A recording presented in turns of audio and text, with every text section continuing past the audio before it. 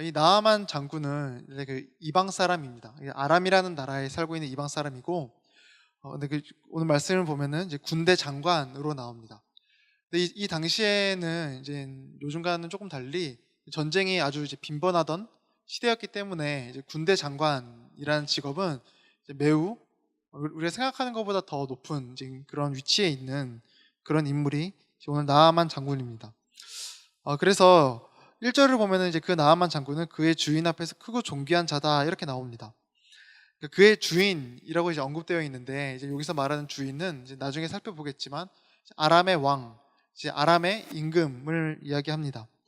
이 나아만 장군은 이제 아람의 왕에게 크게 이제 신임도 받고 있는 이제 그런 인물이었습니다. 왜 이렇게 신임을 받고 있었냐면, 이 나아만 장군은 이 아람의 나라에게 큰 공을 세웠기 때문에 그렇습니다. 전쟁에서 큰 승리를 이제 가져다 주었기 때문에, 전쟁에서 크게 이제 공로를 세웠기 때문에 이제 아람 왕에게 크게 신임을 받고 있던 이제 그런 장관이 이제 오늘 나아만 장군입니다.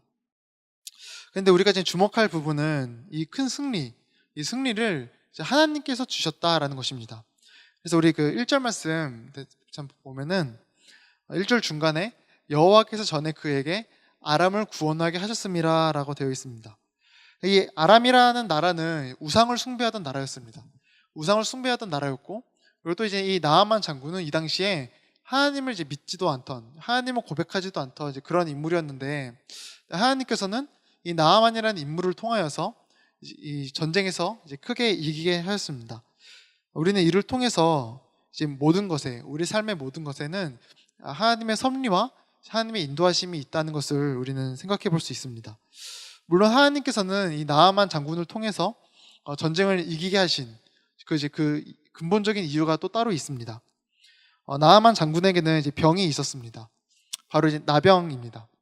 나아만 장군 나병 환자였는데요. 이 나병이라는 병은 이제 매우 심각한 병입니다. 이 당시 의술로는 이제 거의 고치기 힘든 이제 그런 병이 이제 나병이라는 병이었습니다.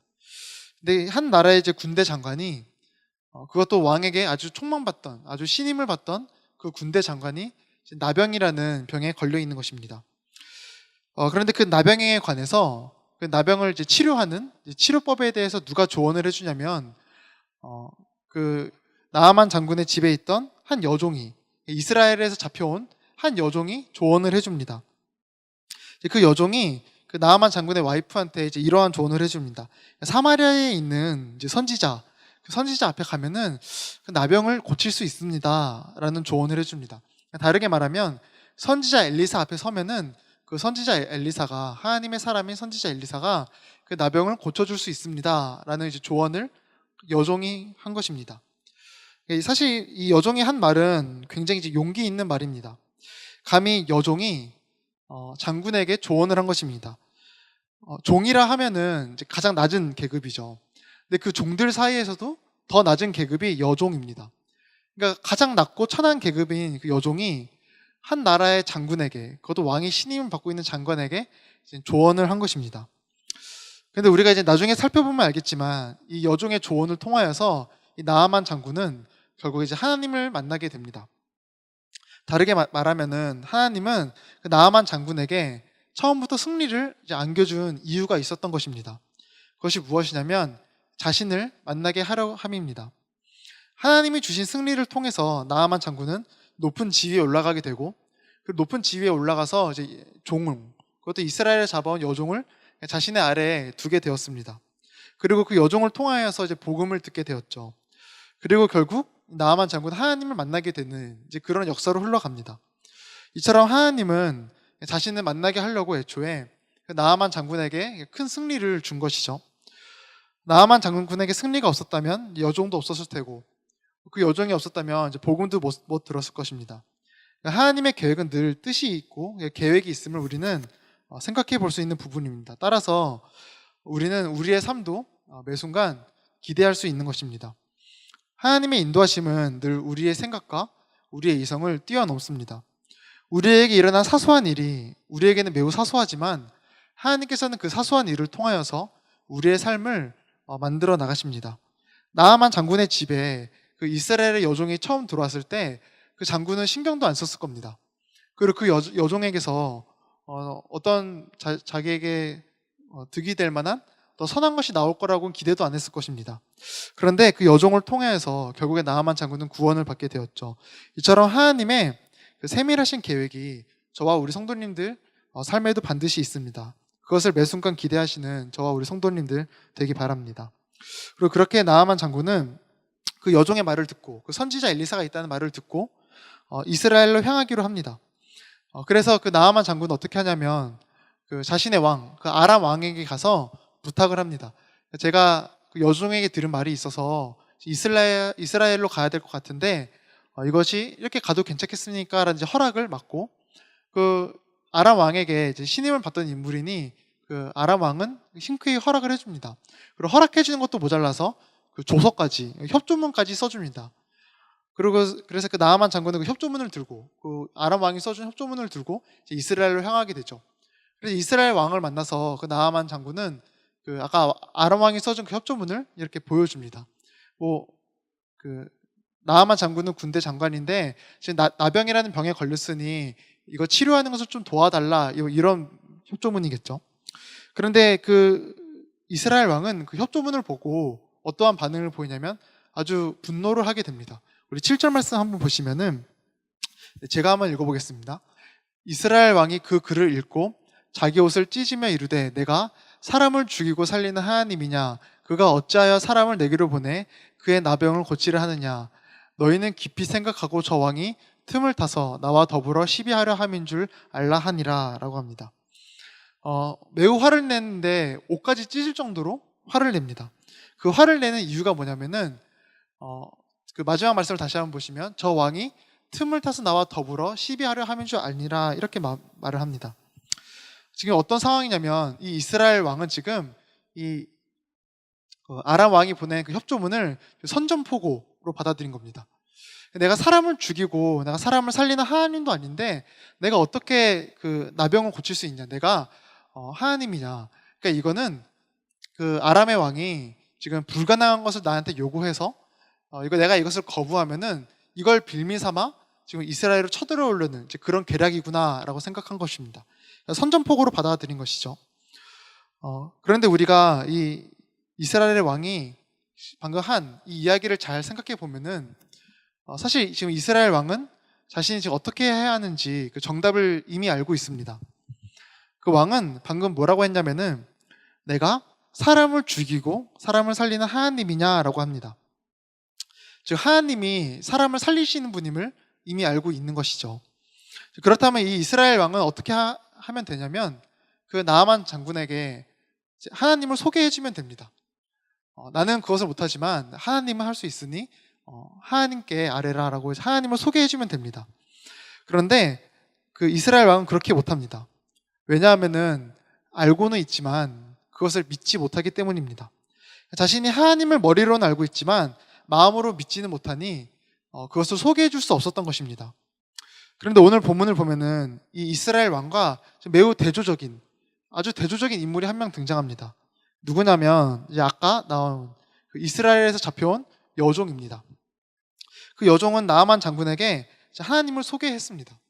가장 낮고 천한 그 여종은 담대하게 하나님을 소개했는데 가장 높고 가장 높은 그 위치에 있는 왕은 하나님을 소개하지를 못합니다. 오늘 본문의 여종이 그 장군에게 그 선지자 하나님의 사람을 소개한 그 일은 우리가 생각한 것보다 더 아주 대단한 일입니다. 왜냐하면 이 조언은 목숨을 걸고 한 조언이기 때문에 그렇습니다. 이 여종은 장군에게 지금 조언을 했습니다. 그런데 만약에 장군의 발걸음이 만약 헛걸음이 됐다면, 갔다 왔는데 나병이 고쳐지지도 않고 헛걸음이 됐다면, 그리고 지금 나아만 장군이 지금 가는 길은 이방 나라입니다. 그러니까 자신의 나라에서 뭐 조금 멀리 떨어진 것도 아니고 완전히 다른 나라에 가는 것인데, 만약에 다른 나라에 가서 이 장군이 해를 당하거나 죽임을 당했다면은 이 여종의 목숨은 온전치 못했을 겁니다. 그리고 거기까지 가지도 않고 그냥 종이라는 신분 자체가 감히 자신의 주인에게 어떤 조언을 한다는 것 자체가 사실 말도 안 되는 일인 것입니다. 그런데 이 여인은 그러한 상황 속에서 담대하게 하나님을 전합니다. 믿고 확신하는 것입니다. 하나님은 반드시 그것을 할 수 있다라는 것을 확신하기 때문에 이러한 행동을 한 것입니다. 반대로 이스라엘 왕은 가장 높은 위치에 있고 이미 정답을 알고 있으나 전하지를 못합니다. 그 상황에서 바로 아주 최악의 상황을 생각을 하죠. 지금 이 왕이 나와 전쟁을 하려고 하는 것인가 라는 최악의 상황을 생각을 합니다. 이렇게 여종 그리고 왕은 대비됩니다. 그렇다면 누가 하나님께서 보시기에 높고 누가 하나님께서 보시기에 낮은 사람일까요? 사람이 보기에는 왕이 높지만 하나님께서 보시기에는 이 여종이 높은 사람일 겁니다. 이처럼 높고 낮음의 기준은 우리가 우리의 삶에서 믿음으로 살아내느냐, 믿음으로 살아내지 못하느냐에 달려 있습니다. 내가 무엇을 성취하고 내가 무엇을 이루느냐가 우리의 삶의 높낮이를 결정하는 게 아니라 우리의 삶 속에서 내가 믿음으로 해내느냐, 내가 믿음으로 한 걸음 내딛지 못하느냐에 달려 있습니다. 그리스도인은 하나님을 알고만 있는 사람이 아니라 하나님을 알고 믿는 사람입니다. 하나님을 믿고 신뢰하는 사람이 바로 그리스도인입니다. 우리가 하나님에 대해서 알고만 있고 신뢰하지 못한다면은, 그리고 그렇게 살아내지 못한다면은 하나님께서 보시기에 우리는 너무 초라한 삶을 살고 있는 것입니다. 물론 오늘 본문의 여종처럼 행동하는 것이, 여종처럼 자신의 주인에게 조언을 하는 이러한 행동을 하는 것이 세상에서 보기에는 매우 미련한 행동일 수 있습니다. 그리고 매우 위험해 보일 수 있습니다. 왜냐하면 자신의 목숨을 걸고 한 행동이기 때문에 미련해 보이고 위험할 수 있죠. 자신의 처지가 종이라는 것을 생각했다면 아마 못할 행동입니다. 반대로 이스라엘 왕처럼 자신의 나라를 생각하고 자신의 나라의 안보를 생각하는 것이 세상에서 보기에는 아주 현명한 생각 같을 수 있습니다. 그러나 하나님께서 보시기에는 그러지 못합니다. 저와 우리 성도님들은 단순히 하나님을 알기만 하는 사람이 아니라 하나님을 신뢰하여서 그것을 믿음으로 살아내는 그런 사람들이 되기 바랍니다.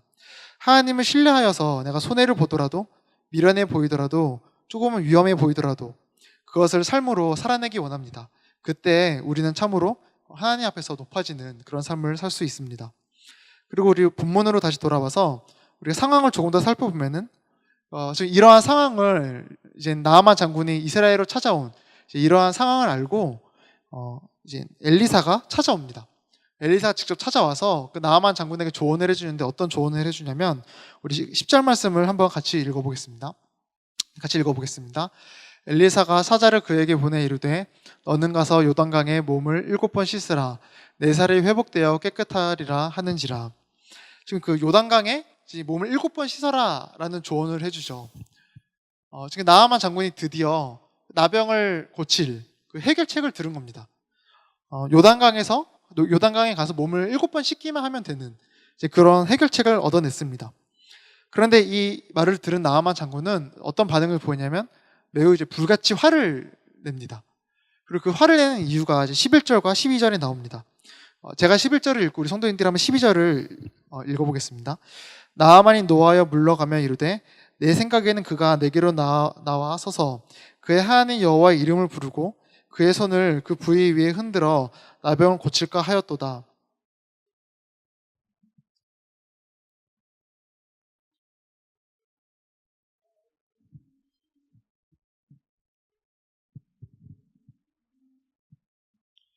지금 나아만 장군이 이제 화가 난 이유는 쉽게 말해서 선지자 엘리사가 지금 말도 안 되는 조언을 했기 때문에 화가 난 겁니다. 나아만 장군은 아까도 말했지만 입지가 매우 높은 인물입니다. 입지가 매우 높았다는 것은 나병에 걸렸을 때 할 수 있는 치료법은 다 써봤을 겁니다. 게다가 왕의 신임도 받았으니 그 왕도 그 나아만 장군의 병을 고치기 위해서 좋은 의원들은 다 소개해줬겠죠. 그럼에도 나병이 낫지 않아서 지금 이 나아만 장군은 이스라엘까지 건너온 사람입니다. 그런데 지금 선지자 엘리사는 그 나아만 장군에게 한다는 조언이 겨우 요단강에 가서 몸을 7번 씻는 그것을 조언한 겁니다. 그러니까 지금 이 조언이 말도 안 돼 보이는 거죠. 이 나아만 장군이 생각하기에는. 나아만 장군이 생각하기에는 자신의 병이 나으려면은 적어도 아까 11절에 나온 것처럼 엘리사가 자기한테 어떤 종교적인 어떤 의식을 행하거나 어떤 종교적인 행위라도 해줘야 자기가 생각하기에 좀 납득이 될 만하고 좀 이해가 될 만한데, 근데 그런 어떤 종교적인 행위도 아니고, 그리고 아니면 자기한테 어떤 노력과 어떠한 물품이나 이런 것도 요구하는 게 아니고 겨우 요단강에서 7번 씻는 그것을 요구하니 나아만 장군은 화가 난 것이죠. 그래서 이 나아만 장군은 결국에 이제 몸을 돌려서 자신의 나라로 다시 떠나려고 합니다. 그러자 그 장군의 종들이 그 나아만 장군에게 말리면서, 장군님, 그 선지자가 한 말이 그렇게 큰 일도 아니고 어려운 일도 아닌데 한번 해보지 않겠습니까? 아주 쉬운 일 아니니까 라는 조언을 하게 되고, 결국 나아만 장군은 요단강에 가서 7번 몸을 씻게 됩니다. 그러자 이제 아주 놀라운 일이 일어납니다. 14절 말씀을 제가 한번 읽어보겠습니다. 나아만이 이에 내려가서 하나님의 사람의 말대로 요단강에 7번 몸을 담그니 그의 살이 어린아이의 살같이 회복되어 깨끗하게 되었더라 라고 합니다. 요단강에 가서 7번 몸을 씻으니 어린아이의 살과 같이 깨끗하게 되었다라고 하는데, 근데 말씀을 잘 보면은 이 지금 모든 것을 어떻게 표현하냐면 하나님의 사람의 말대로라고 표현합니다. 즉 하나님께서 말씀하신 대로라는 것이죠. 그러니까 하나님께서 말씀하신 대로 나아만 장군이 믿어서 그 말씀에 순종하자 몸이 다 나았다라는 겁니다. 즉 하나님께서 나아만 장군에게 처음부터 원한 것은 단 하나였습니다. 바로 믿음입니다. 요단강에서 몸을 씻어라 라는 그 말도 안 되는 것에 내가 순종을 하면 몸이 낫는다라는 것을 믿을 때 병이 낫는다는 것을 이 지금 엘리사 선지자는 보여주고 싶은 겁니다. 나아만 장군이 이 나병이라는 큰 병을 치료받으려면은 아까 장군이 말했던 것처럼 자신이 좀 이해가 될 만한 어떤 종교적인 행위가 있거나 어떤 커다란 일이라도 있어야 될 것 같은데, 혹은 아까 종들이 말했던 것처럼 내가 어떤 큰 일을 행해서 어떤 큰 일을 행해야지 이 나병이 나을 것 같은데, 이 나아만 장군은 이 병이 치료받기 위해서는 그런 어려운 것들이 아니라 단 하나만 했으면 됐습니다. 요단강에 믿음으로 들어가기만 했으면 됐습니다. 그러자 아주 큰 기적이 일어났죠. 그리고 더 놀라운 기적은 무엇이냐면 이제 이 나아만 장군이 삶이 온전히 바뀌었다라는 겁니다. 자신의 삶이 하나님께 드리는 삶으로 바뀌었다라는 겁니다. 우리 17절 말씀은 한번 같이 읽어보겠습니다. 나아만이 이르되 그러면 청하건대 노새 2마리 실을 흙을 당신의 종에게 주소서. 이제부터는 종이 번제물과 다른 희생제사를 여호와 외 다른 신에게는 드리지 아니하고 다만 여호와께 드리겠나이다.